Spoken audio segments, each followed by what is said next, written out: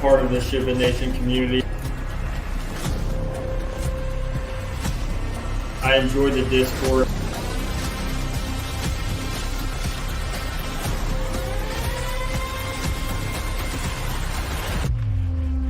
I get a lot of information out of the Discord, and then I use the site, so all the slate plans, slate info, all that, the DVP stuff.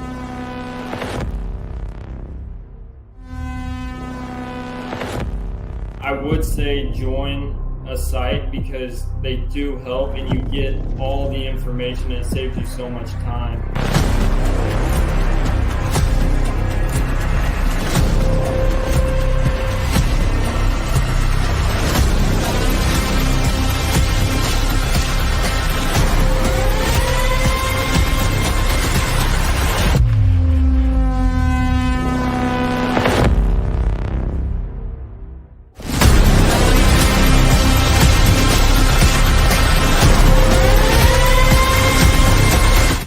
What's up, everyone? Tyler Tamboline here, aka ToeTagginTambo, back for another edition of the Takedown Breakdown. This week, breaking down all things Week 3, Sunday main slate. Going to go through. If I told you at the start of last week it was going to be JJ week, I'm guessing you would all think Justin Jefferson. We'll see some of him later on, but Jauan Jennings, the guy to come through. We're going to talk about that and more. Just a fun slate all around. Hopefully, some people came off the ledge a little bit of you can't stack in GPPs anymore and thinking that that's no longer a thing, because when you see the winning lineups from yesterday and a lot of the stuff that we're going to break down, you're going to start to see that came back around. A lot of the conventional stacks that we're used to, the way we build out lineups, that is what you're going to see again. So welcome, everybody. Appreciate you being here with me this morning. Casey was first in. Sean, Notes, Illini fan, Jordan, Kevin, Hart, Andrew, I got your lineup up for later. Just a lot of good stuff, a lot of good people in here. Appreciate it. Hit the like button. Even if you're watching it on replay, it does help us. And make sure you subscribe to the channel. We crossed 8,000 subscribers yesterday, so thanks so much to everyone for that.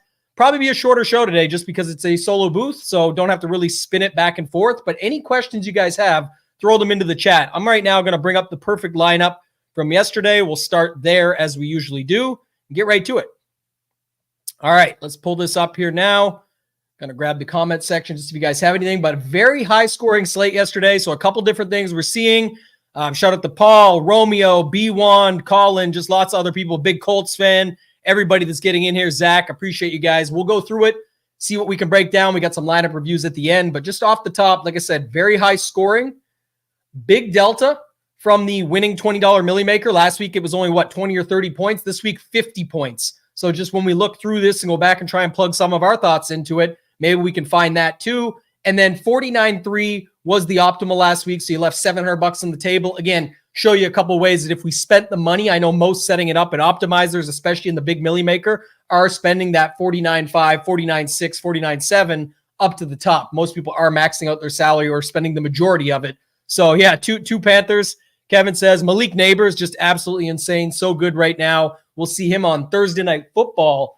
This week, we've got Dallas at the Giants. So I get to go back to Dak and Malik Neighbors on this Thursday Night Football game. But we got a lot to talk about, and we'll be back later on this channel, just a couple hours from now, Hoop, Title, and myself breaking down the 2-game slate for tonight. A lot of strategy goes into these 2-game slates, especially if you're trying to be unique.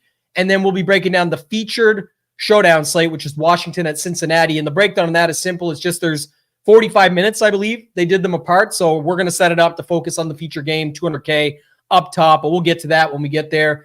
Yeah, don't forget, our guy Rio had it in the chat last week. We got to be on, who is it? Aubrey, I think he said we got to be on in the captain for Thursday Night Football, but we're getting ahead of ourselves. So let's talk about this one here. Dak, no stack. So going back to Dak work, but no stack required for this optimal. Couple of Panthers, Chuba Hubbard, Deontay Johnson, obviously no Bryce Young. We know that Andy Dalton came in and smashed. He was 4,800.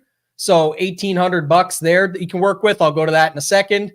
Neighbors, Jauan Jennings, Dallas Goedert just went off and almost got in the box on that late big catch too. It would have been even more, but just a crazy game for him. And then Derrick Henry came out and smashed early. We were talking in the Discord quite a bit about him. I posted another stat this morning. It is crazy that his whole career, talk about a sample size, gets better with every month, all the way up to and even better in January than D. Hember, which is where the nickname originally came from years ago.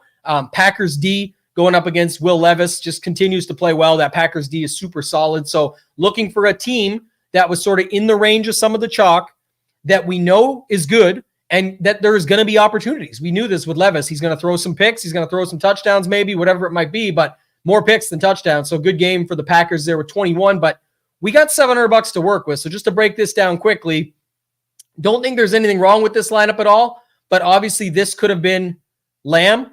And even with Lamb having a horrific game, it still would have won. Spoiler alert, the Millie Maker winner was 240. So just to break down some of this, if you took out Neighbors, threw in Lamb, make it a little bit more conventional, you have the money to do it.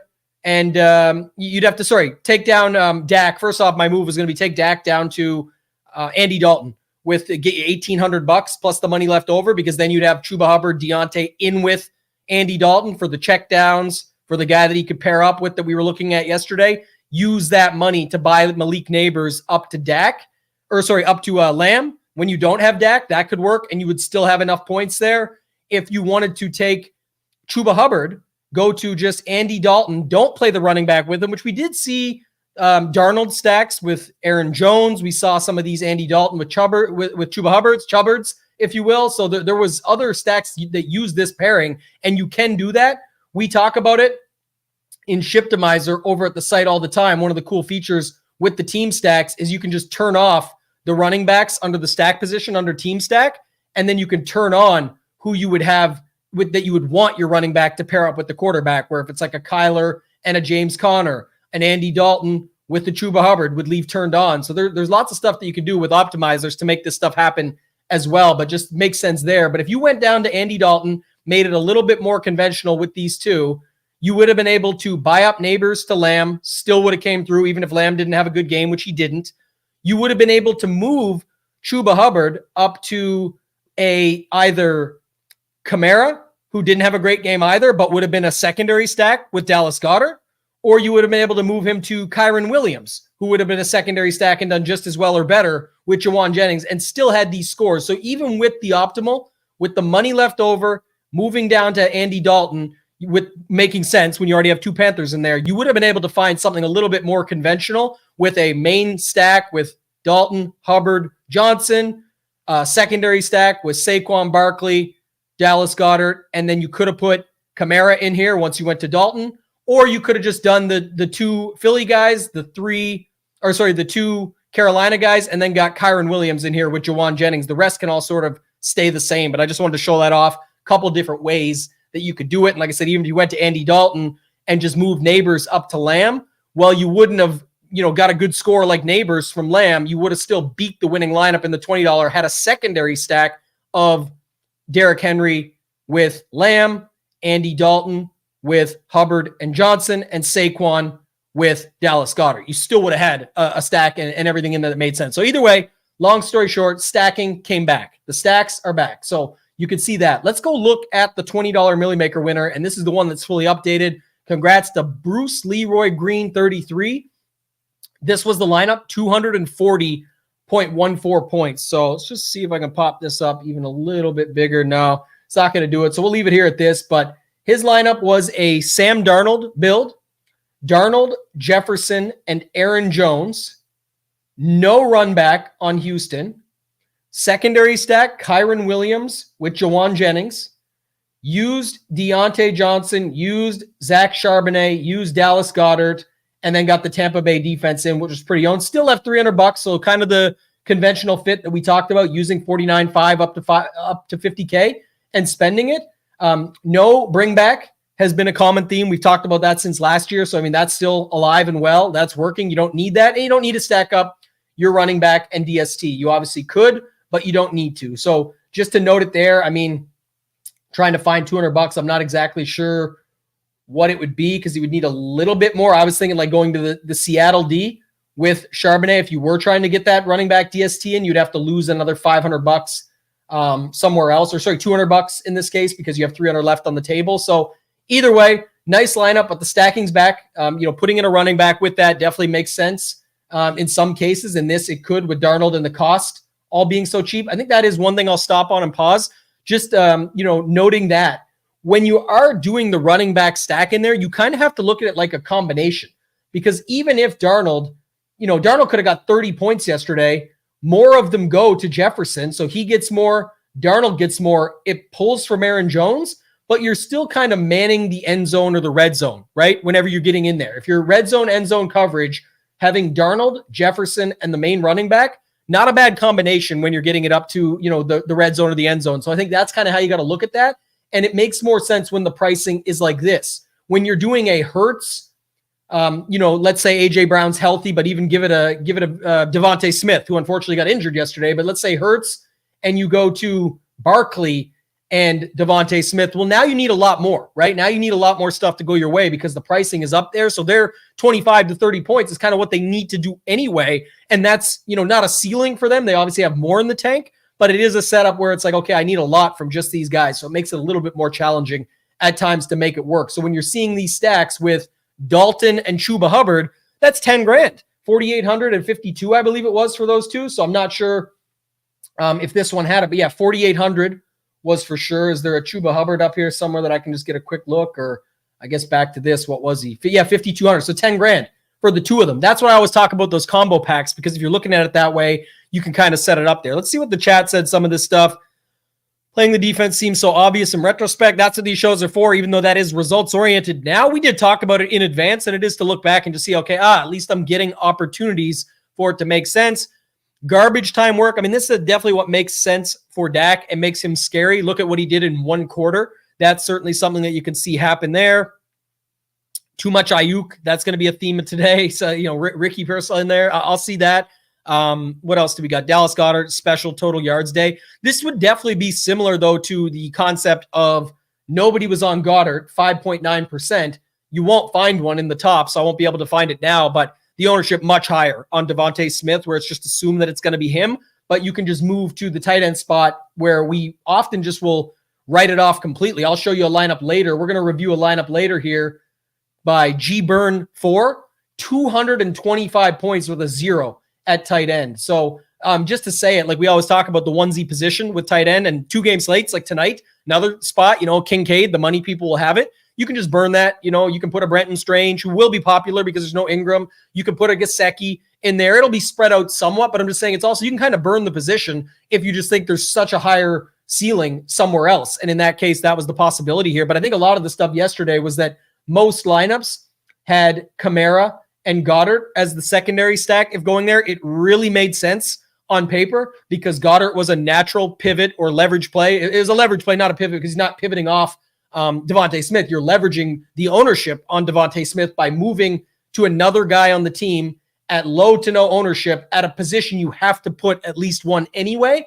And the main thing was if you just got to Kyron Williams for $100 more, or for $400 less than Kamara at 7,500, you could find different secondary stacks with Jawan Jennings, Ayuk, certain stuff like that. Again, not all going to work out, but just ways that you could find it. Andrew, who I'm going to review his lineup later, said if I'm playing quarterback, running back, wide receiver with no bring back, I'm playing the defense too. You can do that. Obviously, it actually worked yesterday with Minnesota. So that whole lineup you just saw earlier, you could have thrown Minnesota into that as well. It would definitely be a better lineup if you had just left more money and put Minnesota there. So could definitely do that. Didn't need it. Yeah, we talked about this, Sean. This was certainly another thing yesterday. I had this in the notes that you didn't even need a run back, but if there was going to be one, the possibility of Kyron Williams just being the guy they're trying just to bleed the clock, do as much as they did. And I'll talk more on that in a second too. Actually, I'll leave it up while we talk about it because this was certainly something, again, results oriented, but we did talk a little bit about it in advance, but these shows are about learning, looking back. What can we take away and try and apply to the next slate? Trying to play roulette with Tyler Johnson, Jordan Whittington, who else? Demarcus Robinson, Tutu Atwell, who ended up having a big game after we made fun of it. Parkinson, going back to the well on him. It just gets really tricky. And in retrospect, a lot of these teams, especially now, they just want to stay in the game. Look what the Rams did yesterday. Just let us stay in this game, do what we can to stick around. Both teams were very banged up. Let's just try and stick around, and then see if we can pull it off in the end. Results oriented, but what happened? They got the game tied. They ended up pulling it off in the end with a field goal, and San Francisco loses. Mind you, they have no CMC. They have no Ayuk yesterday, no Debo. They're missing a lot of pieces. But just to note it, these teams are trying to stick around. And I want to talk about this and apply it right now before we go into the next stuff that we're going to look at. Some of the player pools, other winners. I want to look at 1-800-EDDIE, this lineup here, 8th place, but it won the Wildcat yesterday, the 333 for $250K. Really awesome dude. I've met him a few times now. Stochastic guy, so a little bit on the other side, but we still appreciate him, and all good guys over there, and Eddie's a good one for sure. So we'll talk about his lineup in a minute, but before I get into that, this would be a note that I would take away, and it's a very small sample. You guys know I don't play lightly with this stuff, but I want to talk about it and get your thoughts in the chat. If you have any, or if you're watching this on playback, throw it in the comments. But we have always felt in DFS for NFL that the running back chalk is very much like pitcher chalk in baseball. You kind of just know that it's a little bit safer. It's usually better. We can get different elsewhere. The wide receiver, tight end, and defense are such high variance positions that we're able to mix our stacks up. And I'm not saying you can't still do this. You absolutely can. We're looking at it. But I do want to bring up this thought process around, think about yesterday's slate for a minute. We must have had 8 to 10 solid running backs on that slate that you could make a case for, because they're not even showing up in the winning lineups in some cases. But we talked about Jonathan Taylor being in an incredible spot, O-line versus D-line advantage like no other, nobody playing him. Ends up getting 2, and Trey Sermon took one away from him after his 60-yard run to get them up there, or 60 yards worth of runs to get them up there. So that happens, but just saying there could have been more. There was more meat on the bone for a third touchdown. Barkley, opposite side of Alvin Kamara, and in a great offense that could do it, even though on the road, but in a dome, lots of opportunities the way he's been going. There was other options. We talked about Kyron Williams, who almost had no ownership.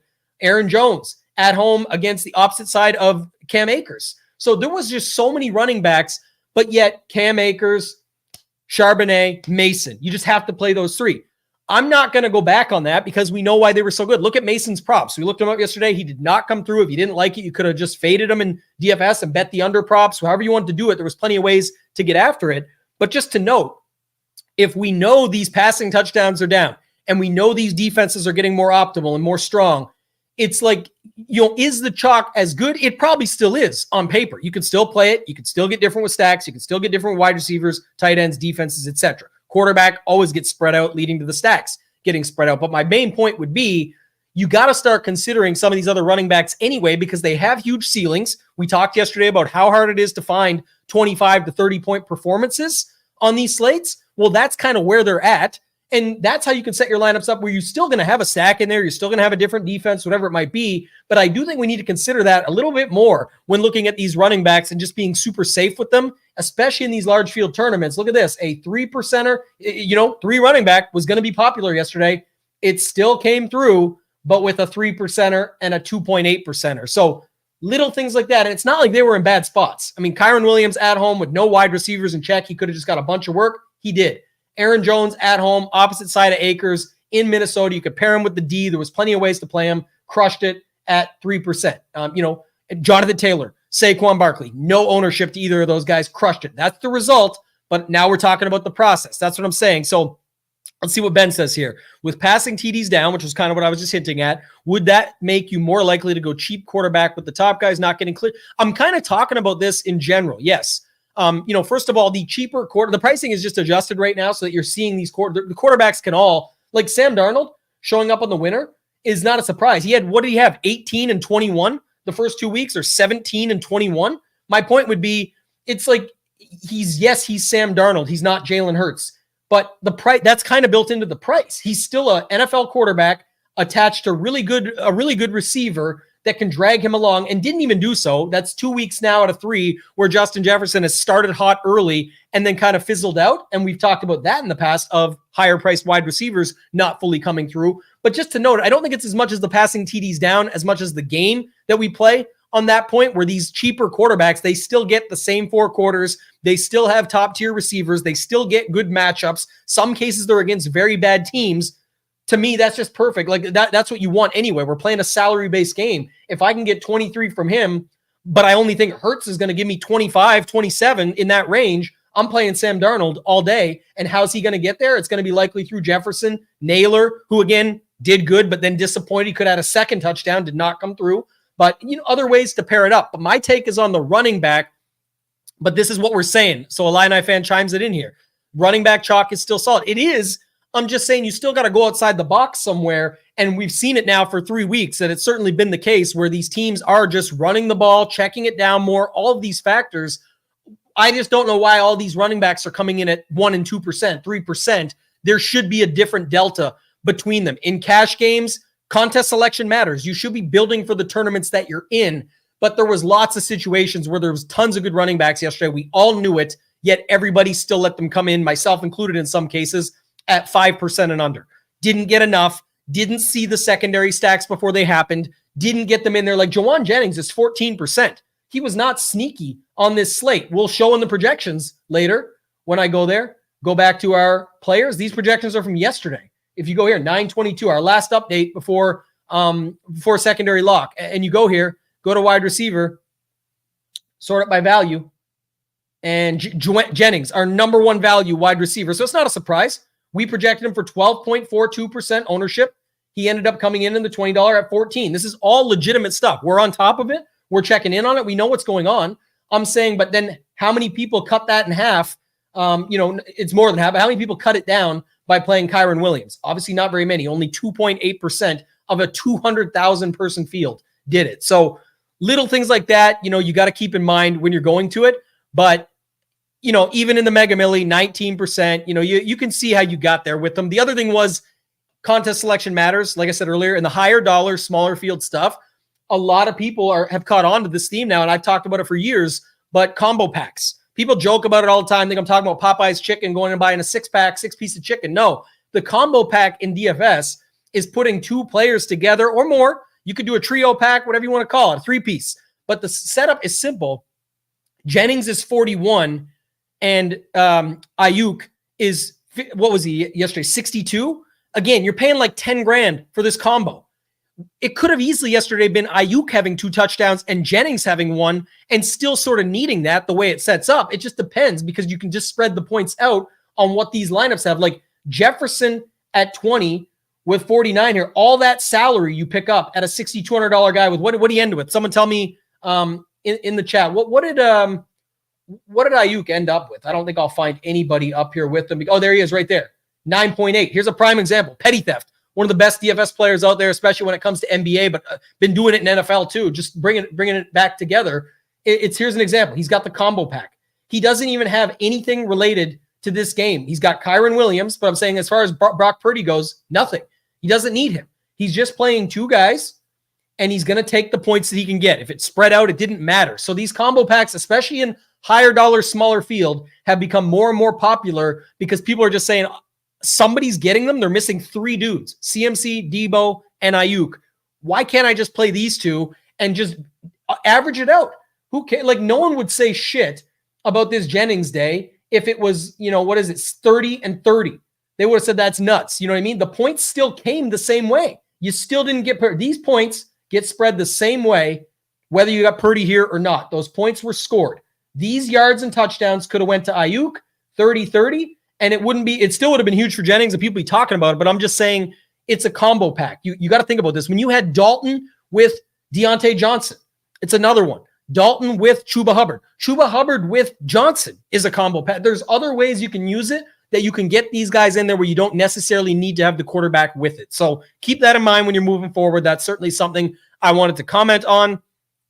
I don't know about this. Caleb still. I think the thing about Caleb for me, and everyone probably hate on this, I don't care what they say, but like, he, as bad as he looks at times, I'll still see something where I'm like, okay, that looks kind of good. Bo Nix is just what he is. He's tricky on the ground. He can run. He had some good passes. All of that stuff is there. But I would still be a little bit more bullish on Caleb. I think he was looking for more guys yesterday. DJ Moore, Rome got into the mix yesterday. Still has Komet there, who not many got to yesterday as well himself. He had a pretty good day. So just little things like that are other things that I would look at.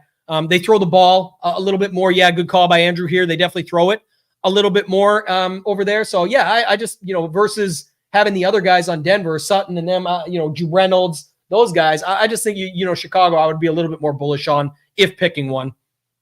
Bears coaching could be the whole thing holding him back. He just needs time too, right? You need to give people time. He just got here. So certainly think that. Let's go to this next one, though. So my buddy, 1-800-EDDIE, really good dude. Like I said, just can't find a nicer guy. And he goes out yesterday. This is the lineup. It's in 8th place in this Millie but he did have it in the 333 and won the 250K. Unfortunately, on Labs today, the 333 is not updated. It's missing some positions, but I verified it. You can go and check it. This is most certainly the lineup that won the 333 yesterday. So just to keep going here, Deshaun Watson, he went to Amari Cooper. He ran it back with Neighbors. Look at all these green check marks. So for those that need talked off the ledge, remember, you can still stack in DFS. It's still a thing. I know everybody was trying to say that you couldn't do that. That's the thing. Shout out to my guy Nades. He's got a travel day, but still here supporting the show. We appreciate him. He'll be back. Just a quick programming note. I'm traveling. Nades is still traveling next week, and I'm traveling back from Montreal. I'll be at the President's Cup starting tomorrow evening. I get to Montreal. So I will not be here for some shows upcoming, and this show will not exist next week. So there will be no takedown breakdown for week 4, but it'll be back week 5 and beyond, pretty much everything. It's just the way it worked out this week, this next week. So just so you guys know that, we'll get as much into today as we can. Going to review some lineups. If you have questions, keep throwing them into the chat. Throw them into the comments too. If you're watching this on playback, definitely throw a comment in there. Any questions you have, I'll go back and read them and answer them for you as I can. But just wanted to note this. So back to Eddie's lineup. Deshaun Watson, Amari Cooper, ran it back. Alvin Kamara with Dallas Goedert, secondary stack. Jawan Jennings with Kyron Williams. This is completely conventional. It was only 10 points off the top with a rough day from Alvin Kamara and a rough day from that Tennessee defense on the opposite side. So little things happen. It goes this way sometimes, but it got the job done in the 333 for 250K. So just to see it here, Dan, how much was Danny Stones yesterday? Anybody have him up here? Caleb Williams, by the way, 5,600, making his way up. I've definitely seen these cheaper guys, but even there, like Ray of Hope, top tournament player for a long time. The best tournament players still come back around for NFL no matter what. We still see the Chipotle addict. We still see Chipotle addict, Papa Gates. We see Ray of Hope. Petty Theft is in the mix. Like all these guys that are back. A lot of underrated players that people don't know that are incredible at DFS. Royal Payne, another one that I see here sticks out to me. Just a couple others that I saw as I was going through it. But I don't find any Danny Stones lineups here. So I'm trying to see if I could get one just to see. Who knows what his price was? Anybody? Benefit of doing this live is we're supposed to have a little help in the chat. Let us know. BP Colonna, really good dude. Just met him in Chicago. He won a live final seat yesterday, I saw. Congrats to him. Hopefully can get there and meet him. But yeah, I don't see E. Hafner, another one, comes back out of the woods during NFL. So yeah, I can't find it. But either way, just going back to Eddie's lineup, it had the team stack, had the game stack with that run back. It had the running back max one is that's the same as always. Low owned players, 2%, 5%, 4%, 7%. You need leverage in these tournaments, right? You got to have, that's another good point, Ben. So many different quarterbacks in the top 20, right? You saw a bunch of them, but I love this build. Not because it won. It was just something that we saw pop up. If Cooper, it's just tell yourself the story and build this by hand, whatever you might be. It's no matter what you're in. This even works for single entry. I don't care. You still need leverage. You got to get to the top. There's these big tournaments. But look, what do we say? If Amari Cooper is going to have a big day, Deshaun Watson's going with him. He didn't even go off. He actually also had 3 chances down the stretch. It really kind of sucked. He had 3 more chances down the stretch to get him the ball. He kept getting it to Amari, but then there was a fumble, a turnover, and just a rough drive, like a bad drive to end the game. But tell yourself the story. Okay, Malik Neighbors got 18 targets the week before. Prime example, these 2 plays right here, 3 plays, realistically. Can I get any more in here? Now 3, I'll give him 3. Here's the one. Yeah, very fundamentally sound, and it's obviously a very top player, so it makes perfect sense. This is how Nades and I typically build on this show. I'll show you when I build one later that got to about 190-ish. Again, not wanting to cheat and give you the exact winner after the fact, but we'll talk about that later too, is when I do some of these reviews. Alvin Kamara, is he getting 3 or 4 touchdowns again? No, I literally said this on the show. That's not what you're playing him for. He did not move in price. He went from 7K to 7,500. Yeah, could have had Daniel Jones for sure. Also could have had I'm going all over the place, but quick note, could have had Minnesota defense and leveled up. What did Minnesota D end up getting to?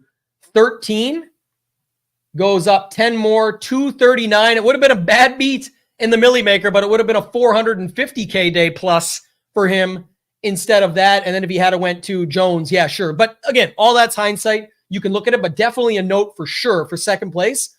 Probably the optimizer just spit it out this way, but if you're not playing Akers and you're not trying to make any leverage plays off Akers like Dell or Collins or any of those guys work, then yes, it would have made sense to just play the Minnesota defense here, leave $100. You still would have been super unique. You still would have had it, and you would have got all the way up there. We got you, HBK. We're going to show your 10K lineup. I appreciate you checking in live. We got you. I got your lineup up for later, so you'll see it here shortly. But back to what I was saying. Going back to the well on this, it's not really chasing. I know people say it is and then look at the result and say, oh, those idiots. When you have no Taysom Hill to worry about, you've already got other opportunities here. To me, I'm fine with going back to this and just accepting the result, especially if it gets you to a secondary stack and you can cut some of that ownership down by going here. We talked about chewing into that ownership. You can do that with a Dallas Goedert and make it up this way. Again, 45 points across both these guys. Not exactly what you'd be looking for, but pretty damn good still. Pretty solid.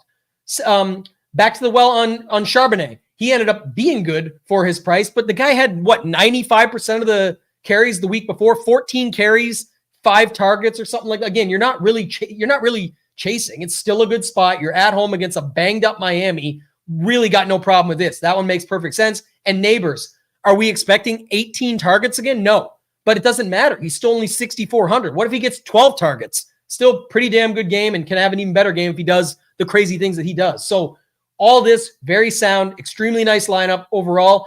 This is how you should be looking to build, not the result, the process. If I'm playing this guy, it could drag this guy along.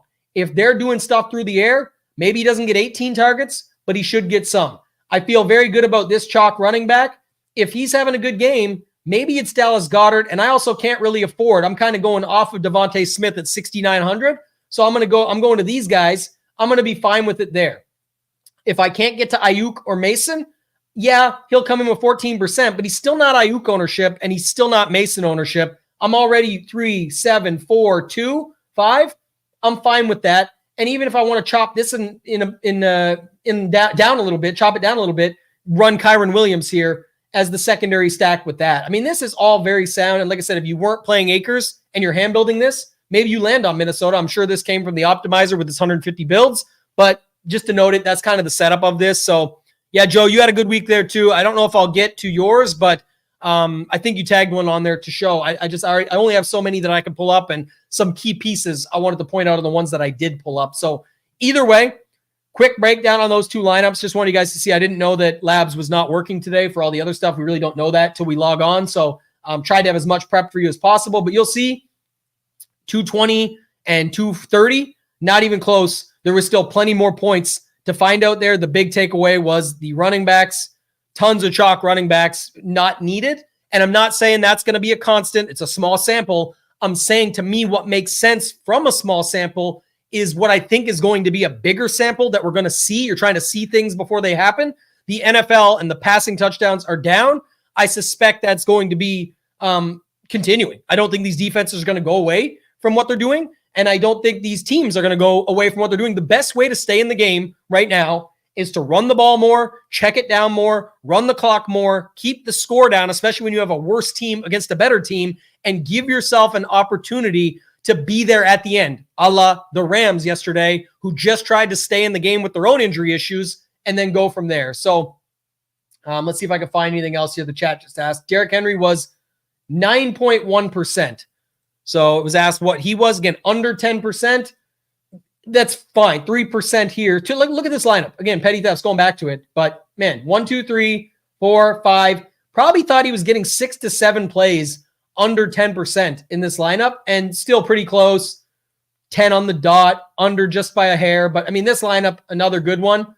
Dak, Ferguson, Henry gets it rolling. These guys got to come from behind, or they get started, then he just falls in the box. You got Indy, low owned. You got that secondary stack with Jennings and Williams. Again, another one. So this is for the whole millie, right? This is the whole millie right here. I know it's in an optimizer and it's results oriented, but just play Minnesota defense with no Akers, no Collins, no Dell, no anybody. And you got 10 more points, which is 244.46. You ship the millie. So again, hindsight, results oriented. That's not how any of these top players do business. That's not how I do business, but we want to look at it a little bit. We're not cheating. We're just looking at what could have been and how you could have thought about it. There is something to be said for that. Like, there's only so much you can do in all things in life, whether it's relationships, business, entrepreneurship, running a company, like all the stuff that goes with business, running a company, all that. a lot more nowadays is innovation than it is invention.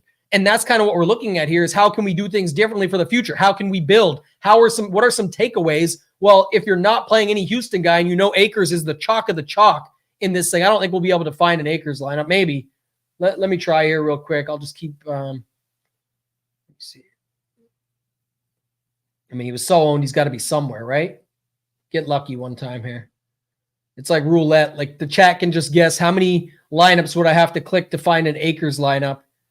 That was, so Mason, just to note, 50%, 10 points. The Choco bust. He was excellent play on paper. I'm not going away from that. Apologies too, Andrew. Just saw that now. So doesn't really matter. Nothing crazy that I was showing that you're missing. Just we talked through it. You'll be able to see it and visualize in your mind and apply it. But I'm just trying to see here because I'm looking at a couple different things. It didn't switch back for me, but I can't find it. Like, does anybody know what Akers ownership was in the main yesterday? That's really what I want to know. So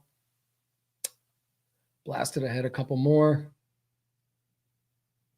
Chan, another one, 25%. Obviously didn't help that Skylar got injured, Skylar Thompson, but just to note it there, Jordan Mason. This is all the key. I can't find it no matter what I do. So yeah, Akers, there we go, 21.9%. So if you weren't playing that to play the defense against it, I was just fine with it.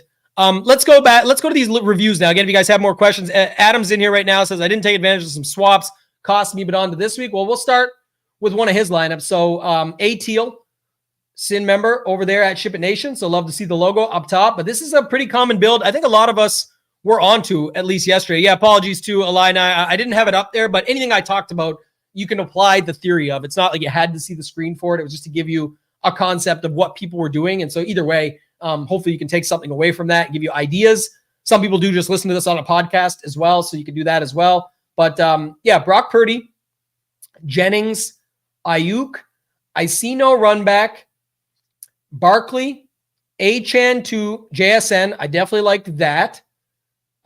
Philly to New Orleans. There's the secondary stack with Barkley, Olave. And I like that one quite a bit. And that's why I brought this up, because if you were flipping the build, it's not like Olave was coming in lower owned than that much lower owned, at least, than Alvin Kamara.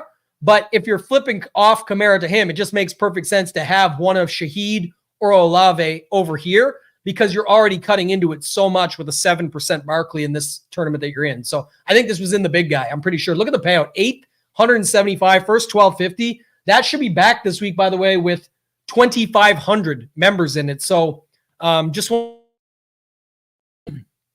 I just want to mute it for a second while I was coughing, but just wanted to tell you that that'll be back with 2,500 this week. You guys did a great job filling it last week. It'll be the same this week when we bring it out.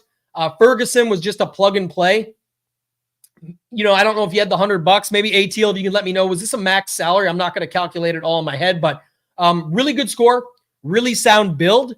And, you know, triple stack, no run back, 2 secondary stacks, Barkley, Olave, Chan, JSN, whoever fits in Ferguson. But I was going to say, if you had the $100, I wouldn't have hated just limiting yourself here and just going to Goddard as well and going Barkley, Goddard with no Devontae, and then just, again, only needing one game to go your way, because he can rack up the catches. You need to fill the spot anyway. Barkley can be the other guy. He said don't recall on salary, but just to note it.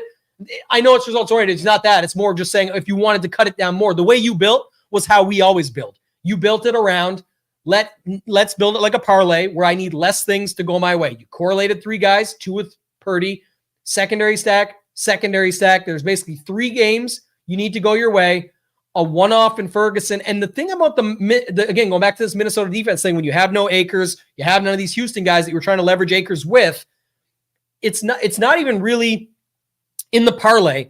It's almost like if you guys ever play on Underdog and they give you the 0.5 over where it's a freebie, a free square. The reason I say it, is it a free square from a results-oriented position going into the slate? No.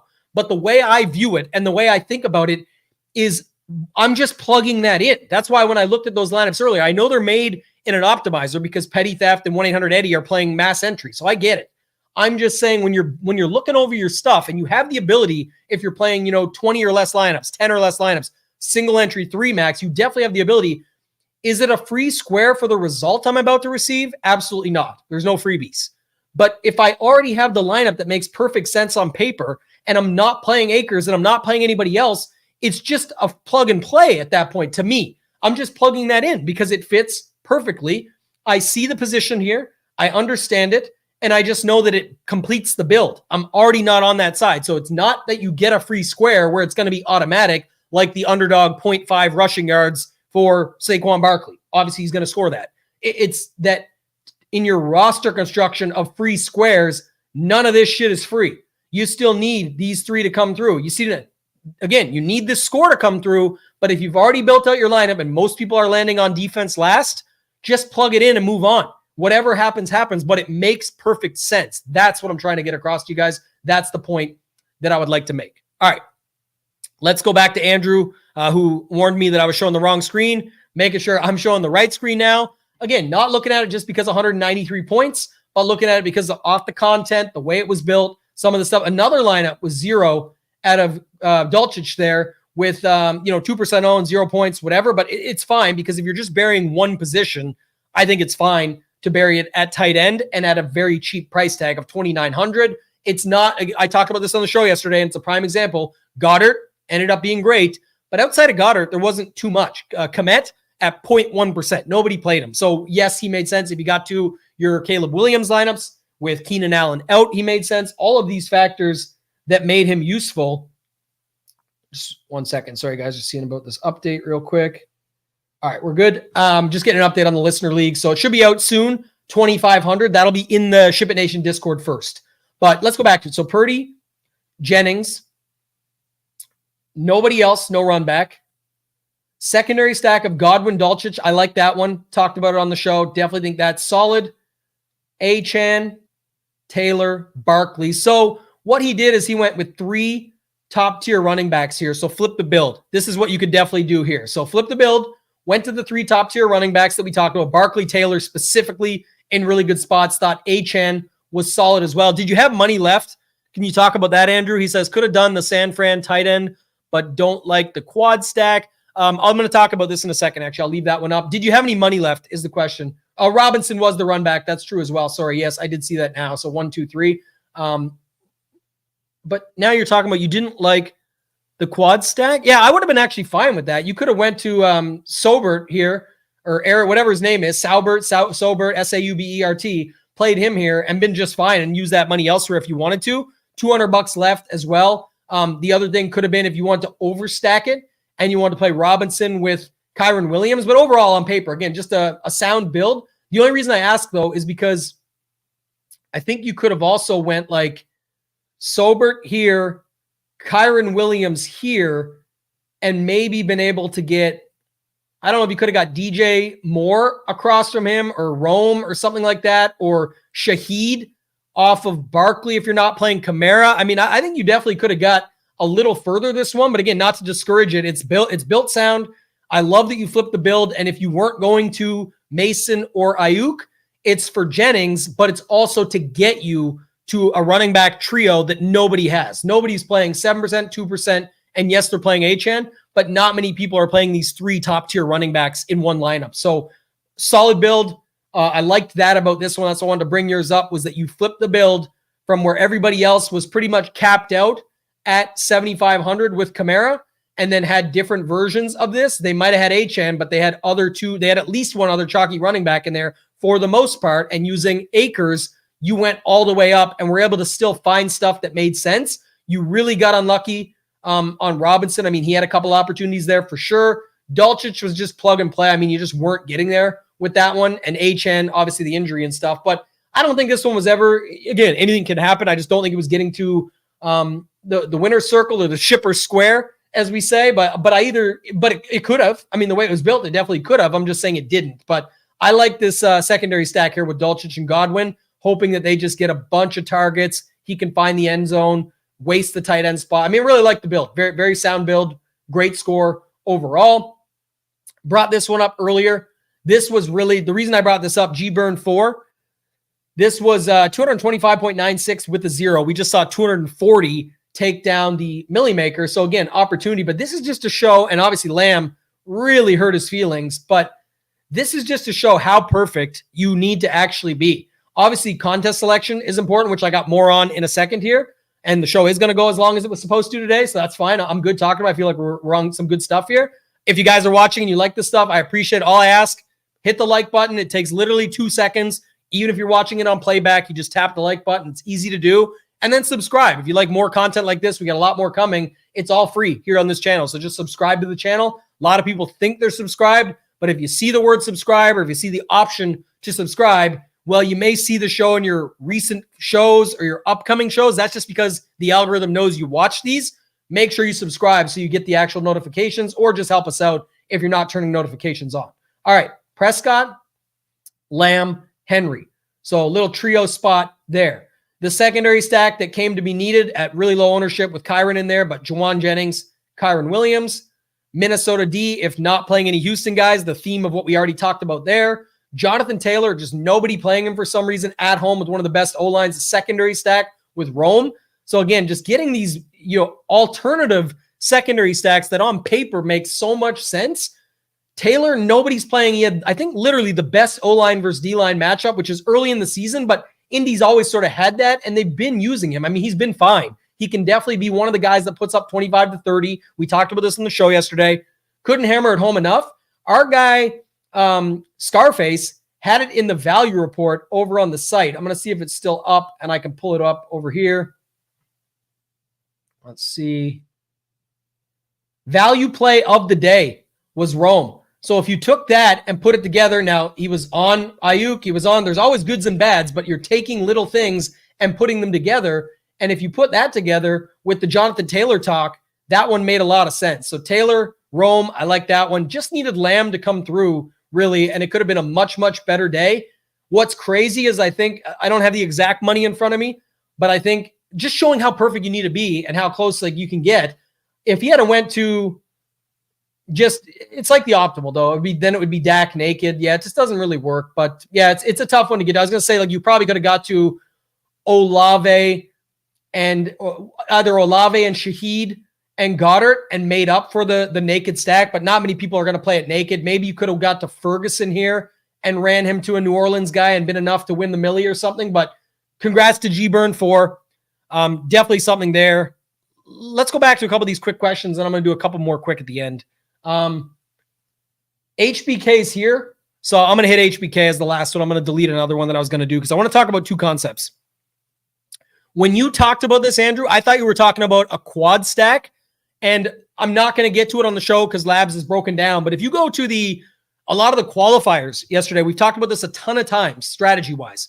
The higher dollar, smaller field, I thought you were talking about going like Purdy, Ayuk, Mason, and Jennings, and running 4 guys from the same side. Like yesterday, you could definitely run Darnold, Naylor, Jefferson, Jones. Definitely could do that. And nobody's going to have that. And if that team just scores enough points, or again, it doesn't matter who scores them. Like yesterday, if you played Purdy, Jennings, Sobert, and Mason, I guess, it's not the end of the world. It's not great because there's 2 of them didn't come through, including Ayuk, but you would have still got Purdy's points. You would have got the 50 out of Jennings. You would have got the 10 out of Ayuk, 9.8, and whatever Sobert. I don't know if he got anything or not. My point would be you still would have made a lot of points up across 4 guys. And in a smaller field, when everyone's just playing the best guy, all the chalk on paper, they need a lot to go their way. And then they don't really have much separation built in. So quad stack one-sided, like running, a 4-1 or a 4-0, definitely think of that onslaught can be done. It's just better used in a higher dollar, smaller field where you will truly get separation. And then Zach asked a good question that I want to talk to was, what's your build process like by position? Do you start with quarterback, wide receiver? I've talked about this a lot, actually. This is how most people naturally go to it, but you can also just plug pieces in and then see where you land. Like you could build a couple, especially if you're going to do secondary stacks anyway. Why wouldn't you start with some secondary stacks? And I'm going to get to that in a second anyway. Let me show you a bit of my process here in a second. I'm going to get to that. Let's do the last lineup. Our guy HBK was in the chat, HBK81378, SHIPIT Nation member. Appreciate HBK being here. This talks to contest selection, and especially because the last lineup that I'm going to build and show you guys a bit of my process at the end is 190 something. Not enough to win a Millie Maker, but whatever he's in, 10xing your money on $1,000. Not many people are putting $1,000 down and winning 10 grand. So 10 grand profit. Nice to see, just shy. Love to see that on this lineup. So Hurts, Montgomery, Pollard, Devontae Smith with Hurts, Olave on the run back, triple stack with Goddard, Jennings in there, Ayuk in there. There's that combo pack. And then Minnesota D, the theme. If you're not playing Houston, free square. Not true what you get, but again, just putting it in there feels like a free square if you're focusing on roster construction and not just the best plays. Obviously, they were in a good spot anyway, but building this out, he's got the triple stack with the run back. A piece of that Detroit game where you thought they were going to score points against Arizona, that was a huge total, may as well, if you're fading the passing game and other plays within it, get to one of the running backs. In this case, he got to Montgomery, Pollard. I don't know if he had money left, but it could have been Pollard and Titans D instead, opting to go with Pollard and not needing. You don't need to force that stack. So that just proves it again, even if he had the $100 or not. And then Jennings as the one-off. Again, no Mason, but with Ayuk, you're just pairing those two up. 183 points. What contest was this in, HBK? If you don't mind letting us know. I think the build is sound, but I think that was the other thing I was going to go. Bio DTL, shout out to you. I did not get to show your lineup. I know it only scored 150, but you play in a higher dollar, smaller field typically. And what I wanted to point out to you, and I'll just say it on here, and again, not showing it on the screen doesn't really matter. It's just the point I'm making. Knowing what you're building for is the key, and that's the component here as well. Would HBK have liked this to score 250 points? Sure. I'm sure they built it hoping that there was a lot more points scored from guys like Devontae Smith not getting injured, Hurts not scoring points forever. But look what he's in. $200 single entry, $100 single entry, $50 single entry. In single entries, when people can't play 150 lineups, this type of score does very well. So congrats to HBK. Love to see that. Let's go back to Shiptimizer. I'm going to finish out with my process because it was asked about earlier from Zach. Excuse me. What's your build process like by position? So I just want to show this for a second. And even just go back to our projections. I'm going to show you this, but looking at the values here, starting with running back. And this lineup scores, I have it up on my screen so I don't have to hold you guys hostage to this time, 191.24 points. 23 from Darnold. I'm just going to round down for these or round up. 16 for Kamara, 26 for Charbonnet, 11 for Tank Dell, 20 for Jefferson, 49, 50, whatever you want to call it for Jennings, 30 for Goddard, and 10.8, 11-ish for Mason, 5 for Arizona D. So just to show you this lineup, I want to make sure I'm not sick. It's just talking too much, man. You guys know me. I like to talk. So I'm losing my voice a little bit. So we're trying to keep it together for Montreal, but we got to do this. Love doing the show with everybody. But just back to Zach's question, even if you were going chalkier at running back and just saying, look, the props were insane on Mason. I love the spot. Alvin Kamara, no Taysom Hill. You're not getting me away from that. And Charbonnet coming off the week with like 91 to 95% of, the share with 14 carries and 5 targets or whatever it was. Let me just start plugging those guys in. Now let me go to wide receiver. Since I didn't play Akers, I'm going to play Dell. I'm going to try and get leverage there. Jawan Jennings is the best value play on the slate. I'm very comfortable playing him with Mason in a combo pack. If it's him or Mason, whatever I get from the two of them, I'm good with that. Well, now you go back and fill in some of the other spots. Okay, if I'm playing Alvin Kamara, the secondary stack is Goddard. Now I've got money to spend. Okay, Geno and DK is a possibility, right? That's something that I could have looked at. Let me just see here if I do this for 2 seconds. I've got it all here so I can help you guys with it today to try and pull this up. Let me just see if I can refresh this quick. All right, things are going to break on me, but I don't know why this won't let me work. Just 1 second. Yeah, it's not letting me change it. Either way, my point would be, so Geno, let me do this. Geno and DK is, what is it? It's about 37 points. 37 points and 11.9 salary. Jefferson and Darnold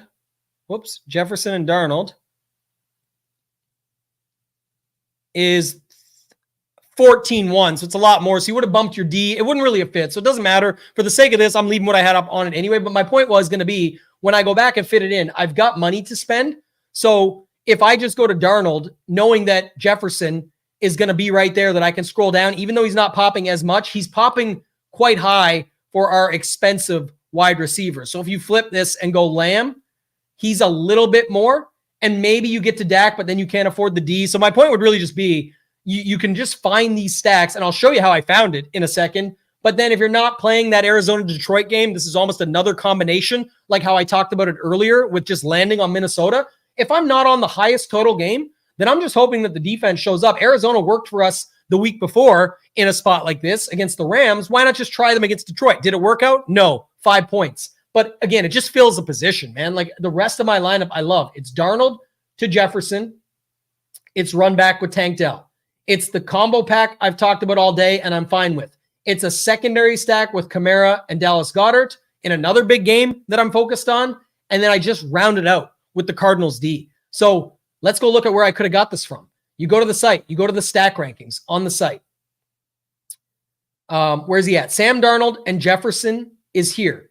But the thing is, I know you say, oh, you start with Derek Carr. But if I'm not on Derek Carr, guess who I have in my lineup? I've got Alvin Kamara. So if I'm not playing this, why not play the running game if I'm off the passing game? This is sort of by value from yesterday, so you can't make this stuff up. Oh, there's Tank Dell, who's in that lineup. So let me throw him in there. And if I'm playing Tank Dell, Darnold, Jefferson, Tank Dell, Kamara. Oh, where's Goddard? He's right there. He's in the secondary stack. That makes sense. Okay, if I'm not playing Brock Purdy and Ayuk, let me get Jennings in there. And if I'm not playing Purdy and Ayuk, let me get the running game in there with Mason. So that now covers off Darnold, Jefferson, the run back, covers off Mason, Jennings, Kamara, and Goddard. It leaves me Charbonnet and Arizona. Going back here, third stack in here. Oh, I guess I'm not playing that passing game. Who can I put in this lineup? Well, I might as well put Charbonnet in there. So everything I've built is from Darnold and up. And Darnold, Jefferson is 2. Goddard is 3. Tank Dell is 4. If I'm not playing this, Kamara is 5.